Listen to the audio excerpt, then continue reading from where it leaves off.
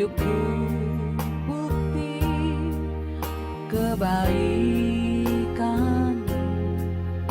hidupku bukti kasih-Mu, hidupku telah ditebus agar ku hidup bagi-Mu. Hidupku untuk memuliakan-Mu, hidupku untuk kenikmatan-Mu, hidupku untuk melayani-Mu seumur hidupku.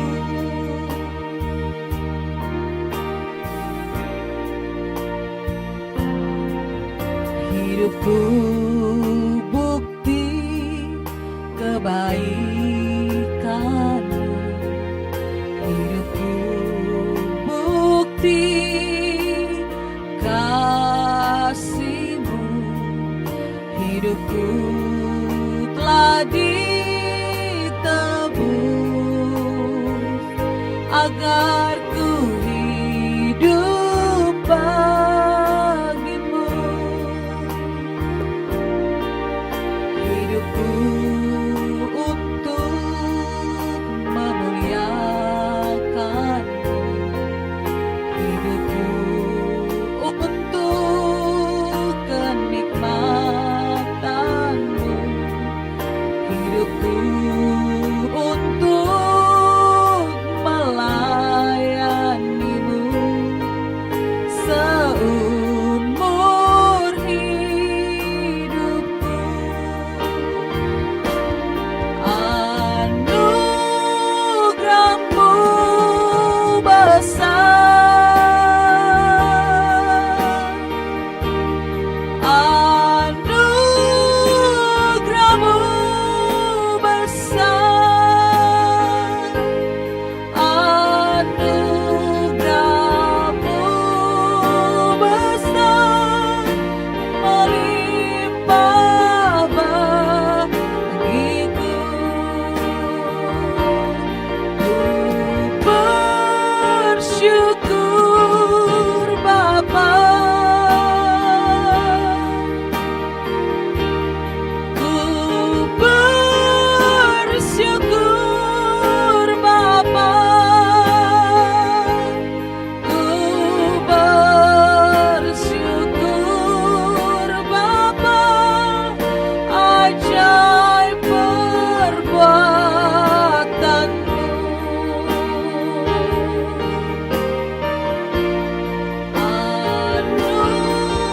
Anugerah-Mu besar, anugerah-Mu besar, anugerah-Mu besar, melimpah bagiku.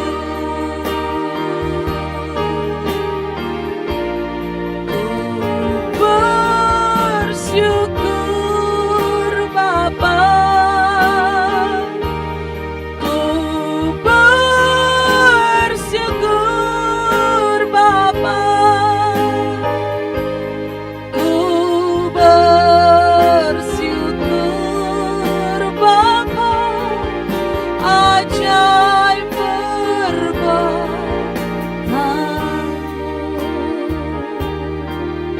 ajaib perbuatan-Mu, oh, ajaib perbuatan-Mu.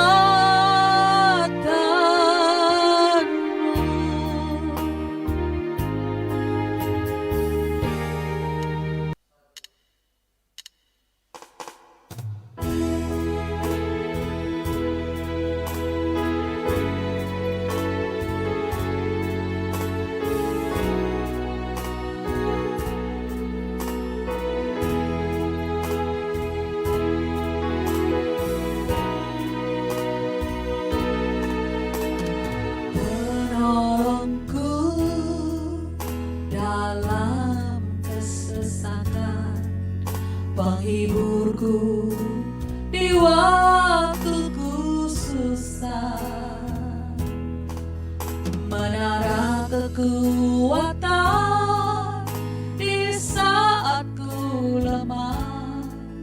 Engkaulah Tuhan Yesus, penolongku dalam kesesatan, penghiburku di waktuku susah, menara kekuatan di saat ku lemah. Engkaulah Tuhan Yesus, berseru dan kau mendengarku. Ku berharap dan kau tak kecewakanku. Berdoa dan kau menjawabku. Sungguh engkau aku.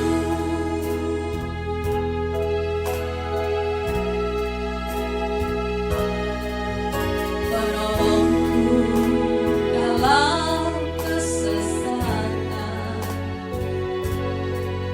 penghiburku di waktuku susah, menara kekuatan di saat ku lemah. Engkaulah Tuhan Yesus, penolongku dalam kesesatan, penghiburku di waktuku susah, menara kekuatan di saat ku lemah. Engkaulah Tuhan Yesus, berseru dan kau mendengarku. Ku berharap dan kau tak kecewakanku. Berdoa dan kau menjawabku. Sungguh engkau aku. Berseru dan kau mendengarku. Ku berharap dan kau tak kecewakanku. Berdoa dan kau menjawabku. Sungguh engkau aku. Sungguh engkau Allahku. Sungguh engkau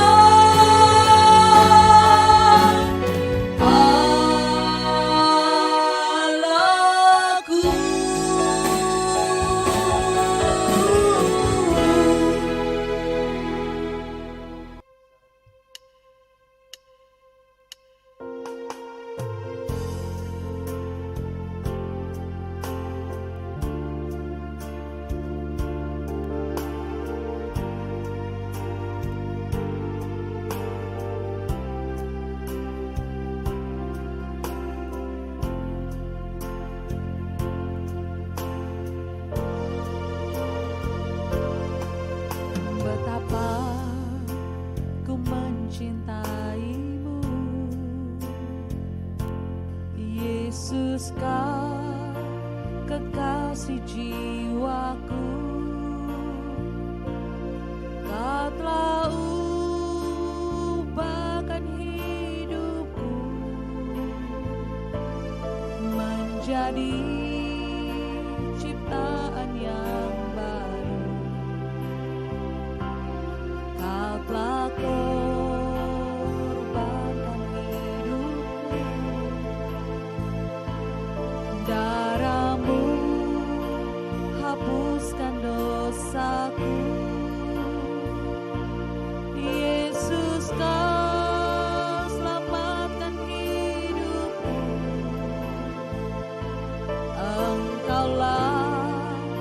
segalanya bagiku. Ku mau selalu menyenangkanmu, ku mau selalu melayanimu, ku mau selalu mengikutimu, untuk menjadi serupa denganmu. Ku mau selalu turuti firman-Mu, ku mau selalu lakukan kehendak-Mu, ku mau selalu setia padamu sampai akhir nafas hidupku.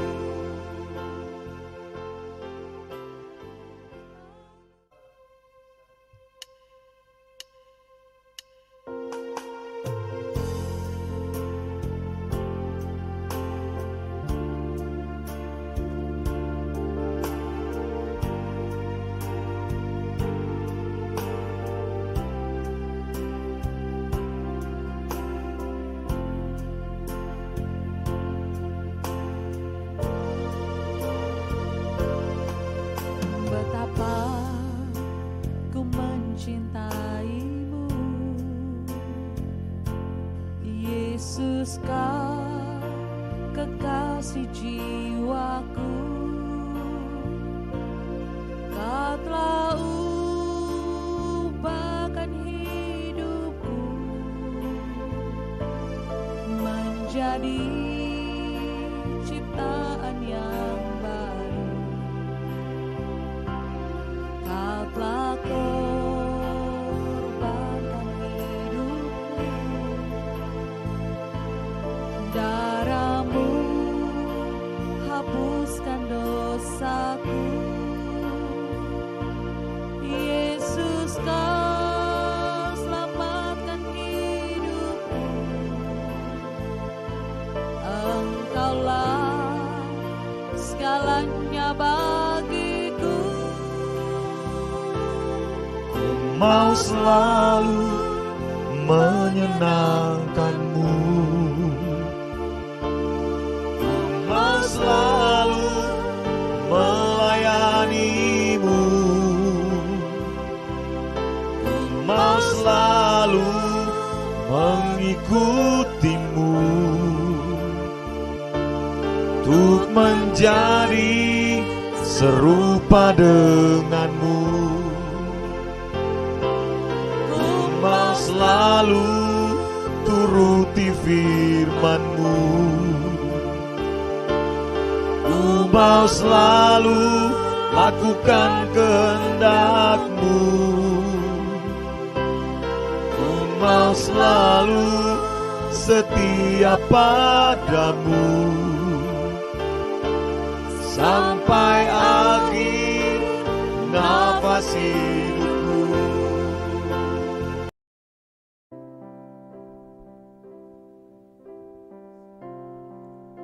Shalom Bapak Ibu, jumpa lagi di EBT Exousia Bible Teaching di sore hari ini. Mari kita semua siapkan hati kita mau masuk dalam penyembahan, kita mau memuji dan menyembah Tuhan.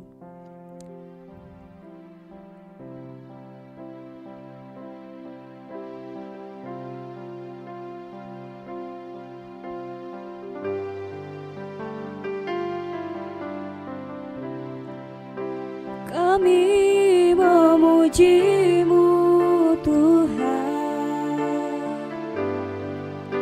kami menyembah-Mu Tuhan, muliakan keagungan nama-Mu, sembah sujud, haleluya.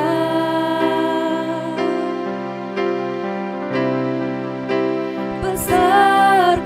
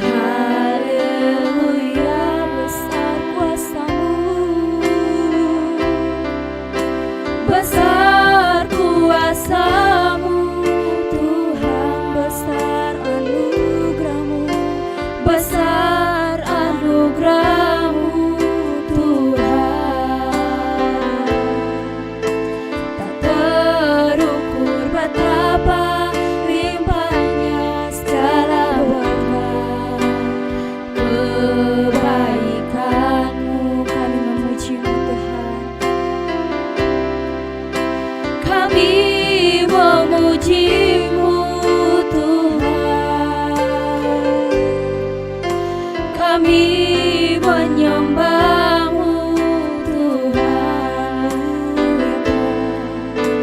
Muliakan keagungan nama-Mu, sembah sujud. Haleluya,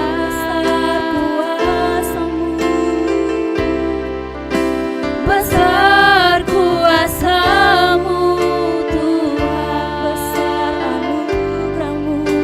besar anugerah-Mu Tuhan ya Bapa. Tak terukur betapa limpahnya segala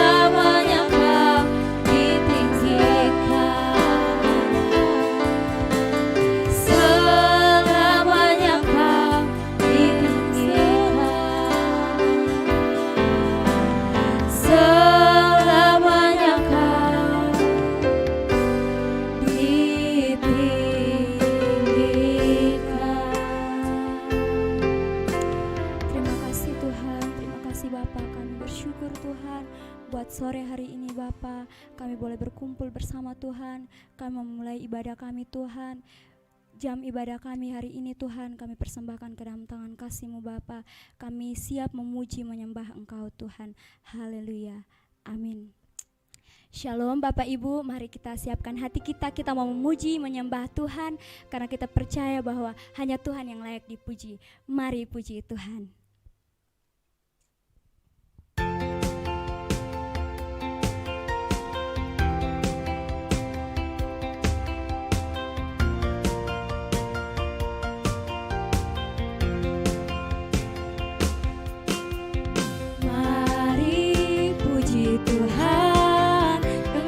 Penuh sukacita, mari sembah Dia dengan hati bersyukur. Mari puji Tuhan, mari puji Tuhan dengan hati penuh sukacita. Mari angkat suara, puji kebesarannya. Glory, glory, glory, haleluya.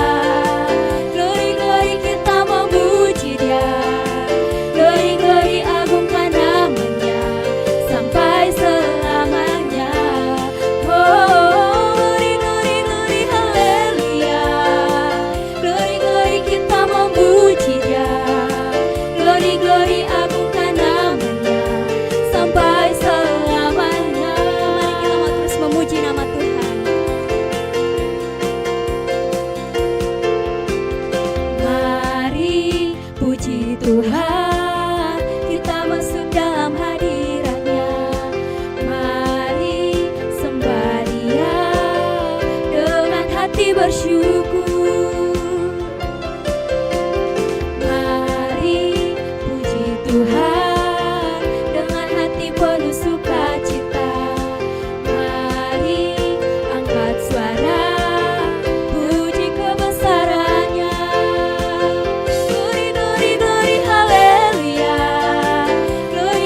Kita memuji Dia, glory, glory, agungkan namanya sampai selamanya. Oh, glory, glory, glory, haleluya. Glory, glory, kita memuji Dia, glory, glory, agungkan namanya sampai selamanya.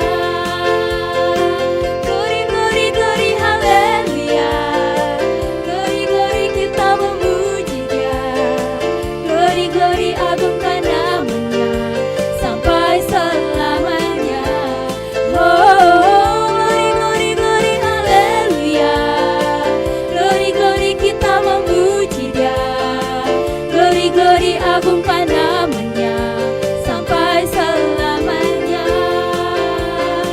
Glory, agungkan namanya sampai selamanya.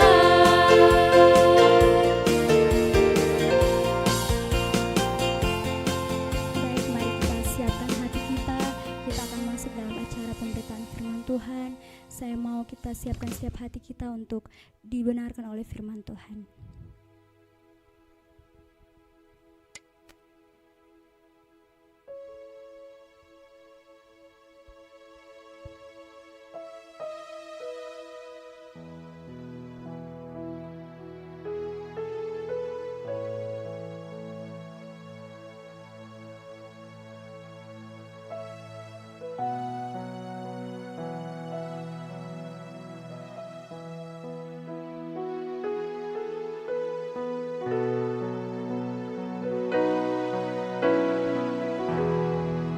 Satu hal ku mengerti,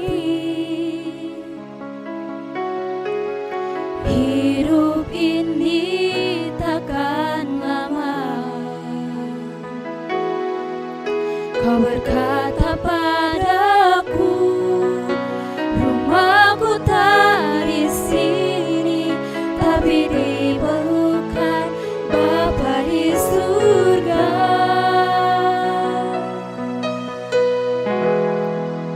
Ajarku terus renungkan setiap kata dan firman-Mu.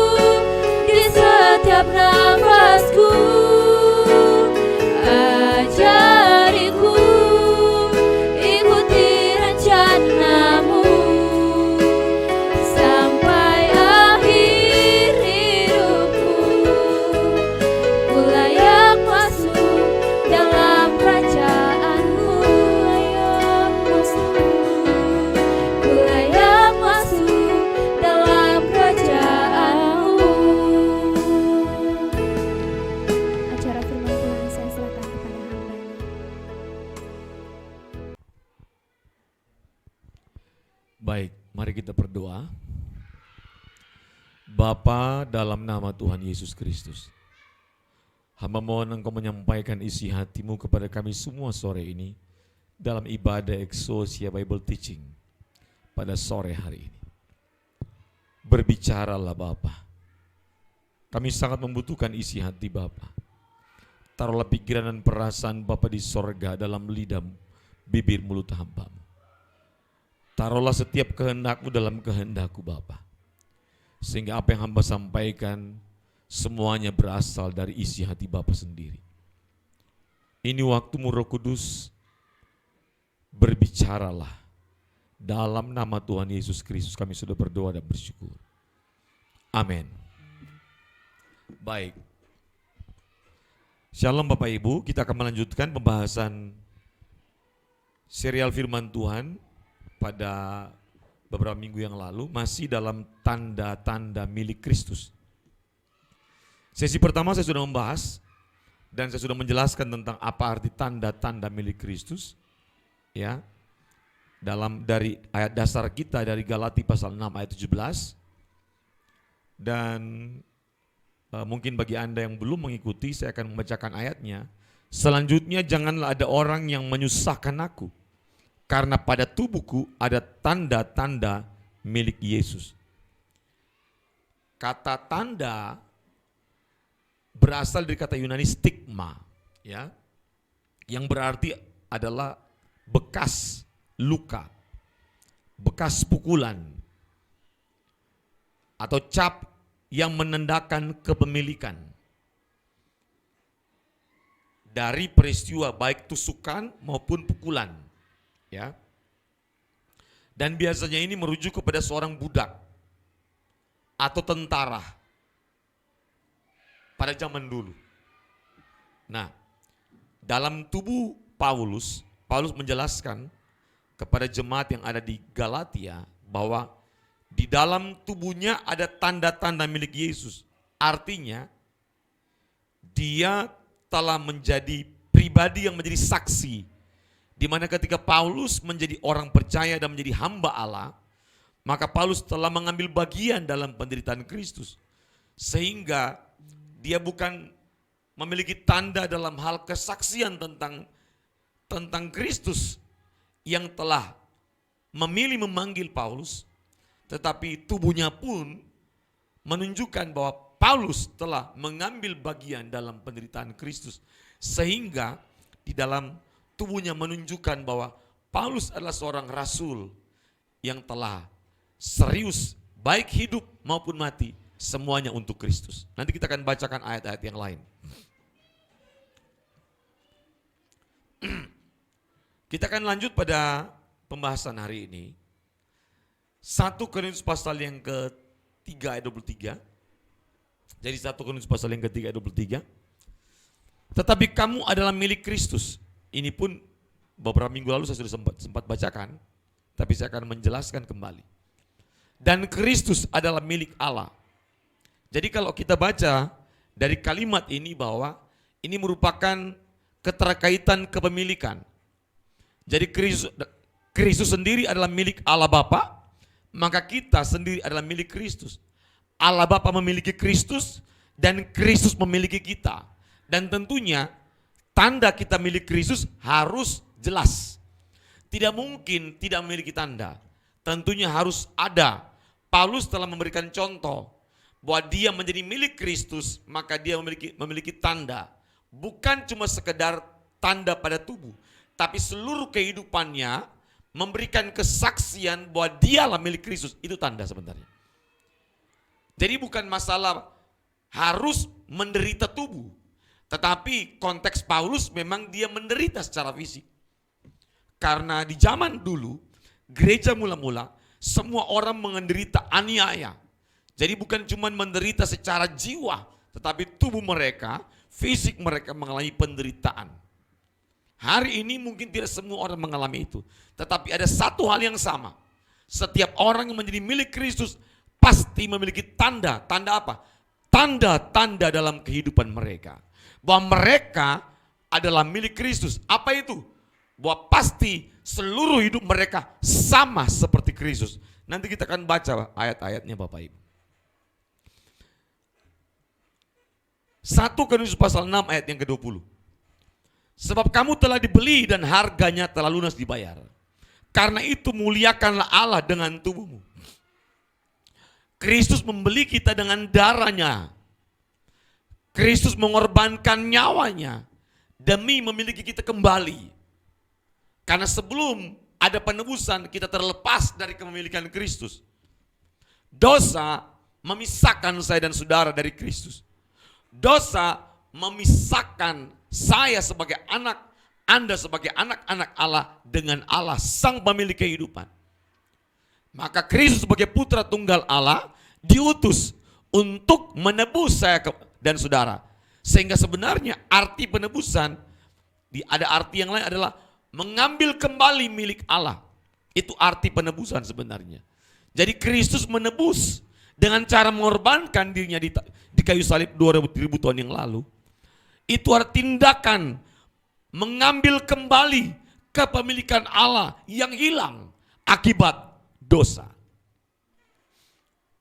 Jadi penebusan itu adalah tindakan mengembalikan saya dan saudara kepada kepemilikan Allah. Karena tanpa penebusan kita semua milik iblis, semua kita milik kebinasaan. Maka Kristus harus mengorbankan nyawanya agar saya dan saudara dikembalikan untuk menjadi milik Kristus. Nah tentunya kita sebagai orang-orang tebusan harus ingat bahwa kehidupan saya dan saudara yang kita miliki hari ini bukan milik kita, tapi milik Dia, sang penebus yang telah menebus dosa saya dan saudara. Jadi berarti seluruh kehidupan kita bukan milik kita. Itu sebabnya kita tidak boleh suka-suka menjalankan kehidupan kita. Tidak boleh. Tidak boleh. Ingat baik-baik. Dalam satu khotbah saya di gereja, saya menjelaskan tentang kekristenan yang benar adalah ketika seseorang melakukan hak alih kelola dirinya dari miliknya sendiri kepada kepemilikan Allah. Jadi dia harus menyerahkan hak kepemilikan dirinya kepada Allah sang pemilik. Kita harus menyerahkan seluruh kepemilikan dan kekuasaan hidup saya dan saudara kepada Kristus sang pemilik hidup kita. Pertanyaan saya adalah, apakah kita telah melakukan serah terima hak alih kelola hidup dari kita kepada Kristus?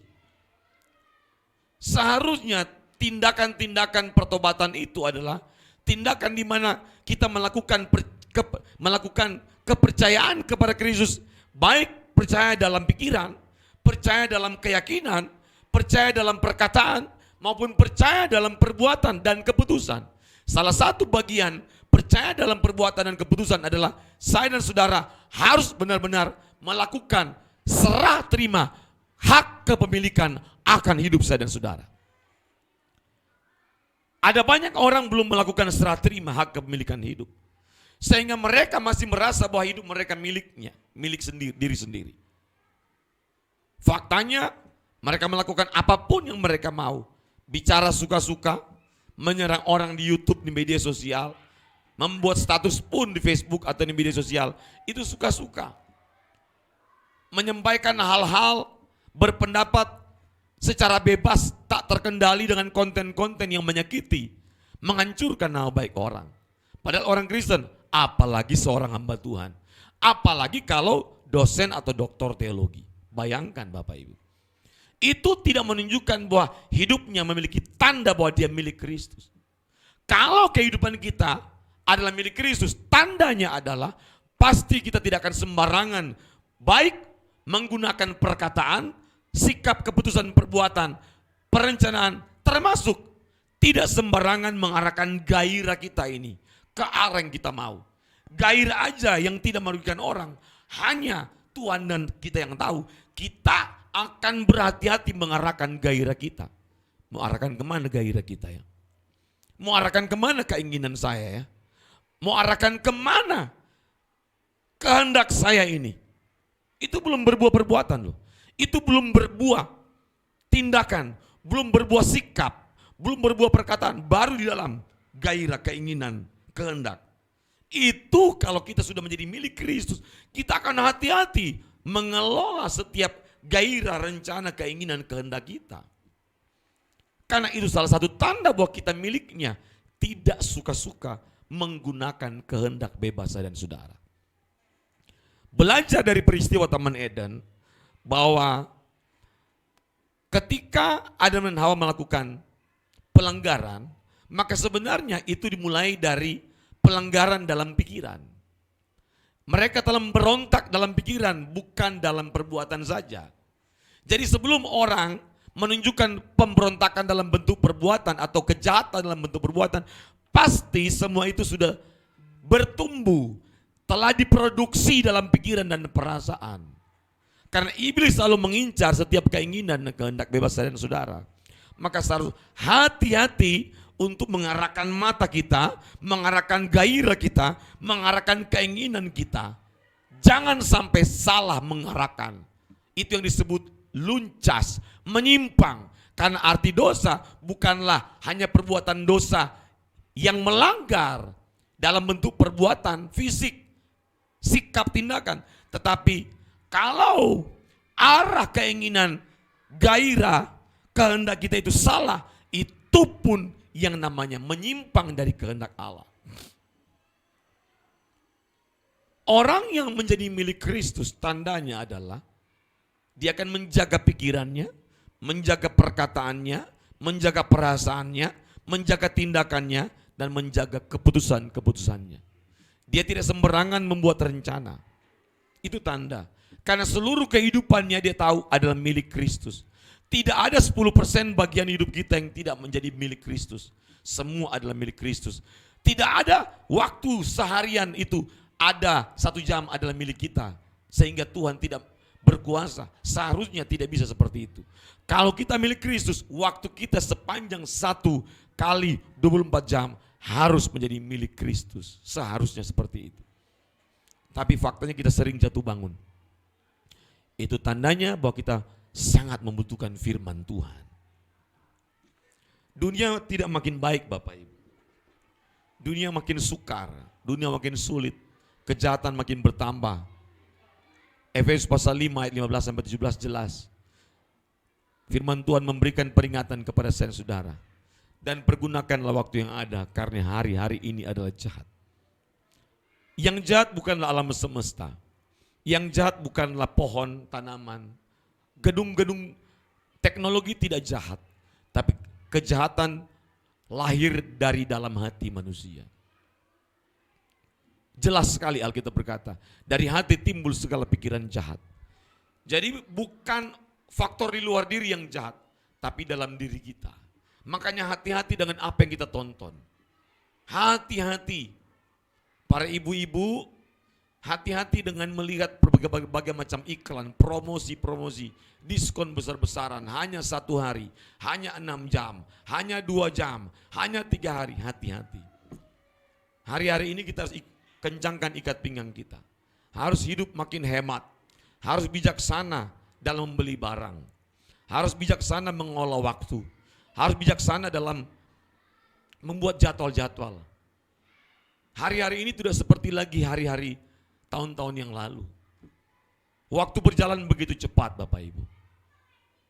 Kita baru merayakan Natal tahun yang lalu. Sekarang sudah bulan ke-8. Tak terasa waktu berjalan begitu cepat. Yang pengangguran biasanya merasa lama. Tapi kalau kita sibuk sekali seperti kita sibuk begini, nggak berasa. Ternyata sudah bulan ke-8. Sebentar lagi bulan depan sudah September. Lalu Oktober, November, Desember. Kita harus menghitung hari-hari. Harus. Kita tidak boleh sembarangan menjalani hari lagi. Kalau dulu-dulu, yang lalu kita tidak bijaksana. Yang lalu kita sering ceroboh. Yang lalu kita sering membuang waktu. Mari hari-hari ini, kita harus mengisi waktu-waktu kita. Untuk diisi dengan hal-hal yang benar. Pastikan cara berpikir kita harus sama seperti Kristus. Sebagai tanda bahwa kita milik Kristus. Jangan terlalu percaya diri menjalani hidup bahwa besok akan baik. Saya bukan mengajarkan Anda pesimis. Tidak, saya tidak mengajarkan Anda pesimis. Tapi saya mengajar kepada kita bahwa kita harus lebih bijaksana. Hari-hari ke depan pasti makin jahat, itu kata Alkitab. 2 Timotius pasal 3 ayat 1-9 berkata, bahwa pada hari-hari terakhir akan datang masa yang sukar. Inilah hari terakhir. Setiap orang akan mencintai dirinya sendiri. Mereka akan menjadi hamba uang. Anak-anak tidak akan menghormati orang tua. Dan lain sebagainya. Masa sukar telah tiba. Maka jangan salah mengarahkan hati kita. Harus pastikan hati kita diarahkan kepada Allah. Diarahkan kepada Tuhan. Hanya Tuhanlah sumber pertolongan satu-satunya. Tidak ada yang lain. Setiap kita punya masalah Bapak Ibu. Setiap kita punya kesukaran sendiri. Setiap kita punya kesulitan sendiri. Satu yang sama pesan. Andalkan Tuhan dalam segala situasi dan kondisi. Kita tidak bisa mengandalkan manusia. Manusia terbatas. Manusia sangat terbatas. Tapi Allah kita tidak terbatas.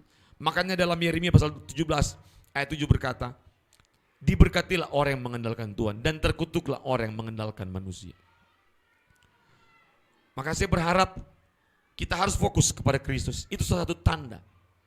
Hati kita terarah kepada Kristus.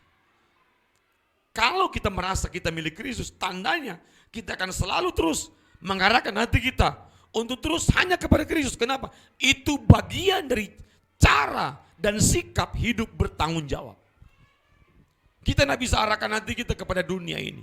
Tidak bisa arahkan hati kita kepada siapapun untuk menjadikan mereka andalan. Tidak bisa. Hati kita tidak bisa arahkan kepada hal-hal yang kita suka. Yang kita mau, yang kita senang, yang kita puas. Kalau dulu seperti itu, sekarang jangan.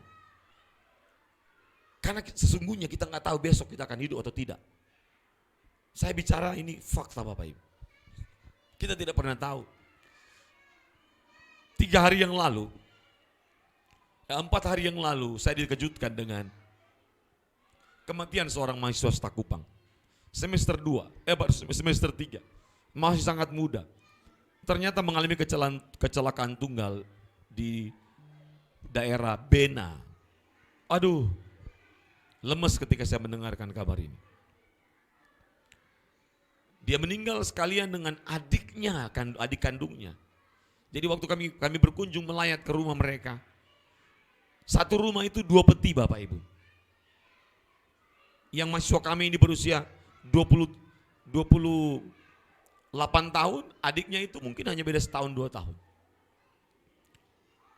Adik kakak meninggal di mobil, kecelakaan tunggal.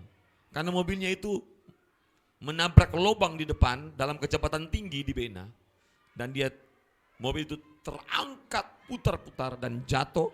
Nah, jatuh duluan itu bagian belakang mobil dan mereka berdua duduk di paling belakang. Terlempar keluar. Langsung yang kakak laki-laki mahasiswa kami meninggal langsung meninggal saat itu, sedangkan adik perempuan meninggal dalam perjalanan membawa ke rumah sakit. Hidup manusia tidak ada yang tahu. Dan waktu kami melayat, saya kasihan mamanya menangis terus. Satu orang kehilangan aja kita susah terima, apalagi 2 orang Bapak Ibu. Ini menunjukkan bahwa kita tidak pernah berkuasa atas hidup dan mati kita. Apapun keadaan kita, jangan bersungut-sungut. Jangan tidak bersyukur, tapi bersyukurlah apapun keadaan kita. Dan kita harus makin hari, makin bijaksana. Arahkan hati kita hanya kepada Tuhan saja. Tidak boleh yang lain. Kenapa? Dengar baik-baik. Hanya Kristus yang telah menebus dosa saya dan saudara. Tidak ada orang yang pantas untuk kita abdikan hidup kita. Tidak ada orang yang layak untuk kita abdikan seluruh hidup kita selain Kristus. Karena sesungguhnya tidak ada manusia yang pernah menebus dosa saya dan saudara. Hanya Kristus. Hari-hari ke depan makin menghargai pengorbanan Kristus Bapak Ibu. Hargai. Agar kita makin bersyukur dengan keadaan kita. Apapun kondisi kita. Karena kita akan selalu menghadapi kondisi di mana kita tidak mengharapkan ini terjadi. Kebanyakan kita menghadapi masa-masa peristiwa-peristiwa yang di luar harapan kita. Oh, bukan sepanjang hidup kita tidak menghadapi sesuatu yang sesuai harapan. Kalau apa yang terjadi sesuai harapan, sangat mudah kita bersyukur. Tapi kalau yang terjadi di luar harapan, susah sekali kita bersyukur. Maka pesan firman Tuhan pada sore ini dalam ibadah Exousia Bible Teaching, kita harus mengarahkan hati kita hanya kepada Kristus, apapun keadaan kita. Apapun Bapak Ibu. Karena dunia tidak pernah memberikan harapan yang pasti. Tidak ada manusia yang bisa memberikan harapan yang pasti. Hanya Tuhan Yesus. Maka kita harus terus sungguh-sungguh mencari Tuhan. Gunakan waktu-waktu yang kosong, bukan hanya nonton drama Korea, main game, berselancar di media sosial. Jangan Bapak Ibu. Kebanyakan orang hari ini mengisi kekosongan waktunya hanya untuk berselancar di media sosial. Makanya banyak yang depresi hari ini. WHO telah merilis tingkat depresi makin naik pasca pandemi. Saya membaca dalam beberapa berita, baik yang diteliti oleh ahli psikologi dari Unpad, Pajajaran dan ITB, UI, sama kesimpulannya. Tingkat depresi dari usia remaja sampai dewasa naik, dan orang yang meninggal gara-gara depresi sudah kurang lebih sekitar 800.000 yang sudah meninggal. Hari-hari ini yang cemas, takut, khawatir banyak sekali Bapak Ibu. Orang hidup dalam kecemasan, kekhawatiran, ketakutan. Tapi saya mau kasih kabar kepada saudara. Apapun keadaan kita, apapun kondisi hidup kita, apapun kesulitan kita, satu, arahkan hati kita hanya kepada Kristus. Karena Kristus tidak pernah mengecewakan saya dan saudara. Percaya, Kristus tidak pernah mengecewakan. Makanya kita tidak boleh mengkhianati perasaan Kristus. Kita tidak boleh menyakiti perasaan dia. Kalau selama ini kita sering menyakiti perasaan Kristus, kita suka-suka melakukan apapun, memuaskan perasaan kita, memuaskan perasaan pasangan kita. Tapi Tuhan Yesus, hati Tuhan Yesus disakiti. Mulai hari ini, arahkan hati kita hanya kepada Kristus. Agar kita terus menerus hanya memuaskan hati Tuhan. Terus menerus hanya menyenangkan hatinya. Terus menerus hanya melakukan apa yang Allah suka, yang Kristus suka. Sehingga sebenarnya di sanalah kita mendapatkan ketenangan, kelegaan, kedamaian, dan kemerdekaan dalam hidup. Hanya Kristus yang bisa memberikan kemerdekaan dan kelegaan.